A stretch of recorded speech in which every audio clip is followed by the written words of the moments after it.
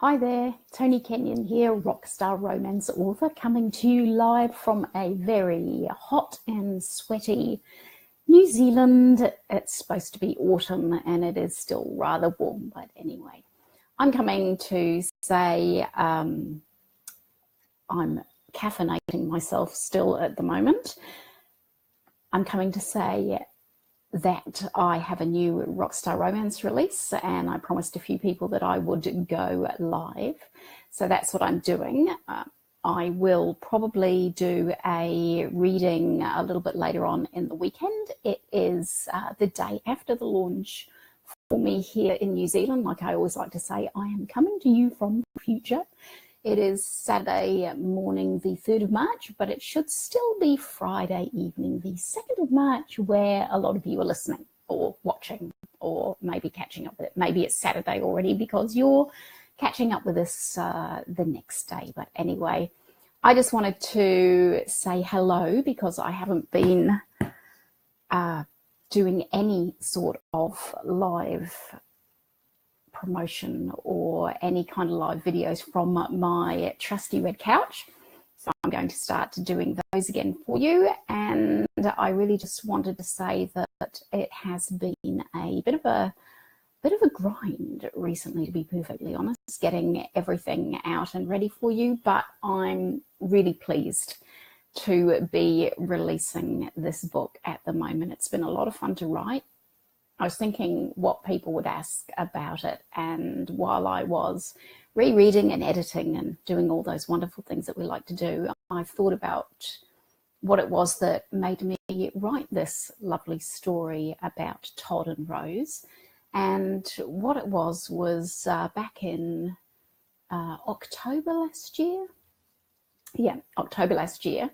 I was lucky enough to have a trip out to New York, and I spent a couple of weeks living on the ground in Brooklyn like a local. And while I was being a tourist and walking from Brooklyn over to Manhattan over the Brooklyn Bridge, I was nearly taken out by a cycle courier, and I thought that would be a really interesting way for a hero and a heroine to meet. And so that was the meet cute for these two lovely people. So I had a lot of fun writing that story, and it was also really interesting for me because I enjoy traveling and I enjoy being away, but I found New York rather overwhelming. So to any of my readers who come from New York, I take my hat off to you that you can live in a city like that, because I live basically out in a backwater where, you know, the big noise that you can probably hear at the moment is the cicadas chirping outside the door here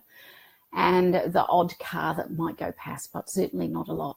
And I just found New York to be really overwhelming for somebody who lives the way that I live, and in a reasonably quiet city where I live.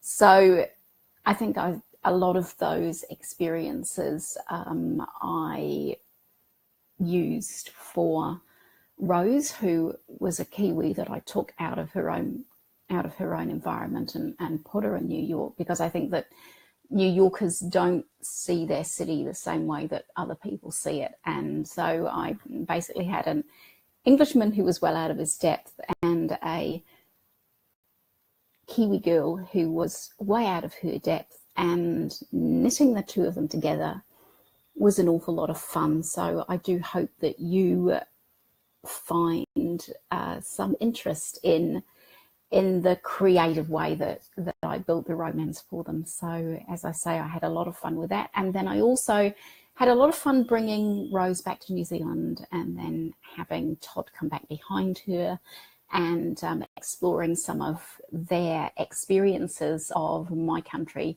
from a kind of place where I wouldn't experience it. So putting an overlay of extreme wealth and extravagance on places that I live in, and that was equally fun. And I'm hoping that through this series I can take you out and I can take you to some of the places that I've used to set some of the scenes in New Zealand, because I mean, gosh, most of you will have no idea what a kumara fritter is. I have kumara growing out the back garden, and I can show you how the stuff grows, and I can show you what it looks like, and I can probably show you a kumara fritter as well. It's a Pacific sweet potato, and it tastes absolutely delicious. And I don't know whether I think we might get it in some of the other Pacific countries, but we certainly have it here, and it's a mainstay for a lot of my meals because I do prefer it to your standard starchy potato. But anyway, this is not a cooking show.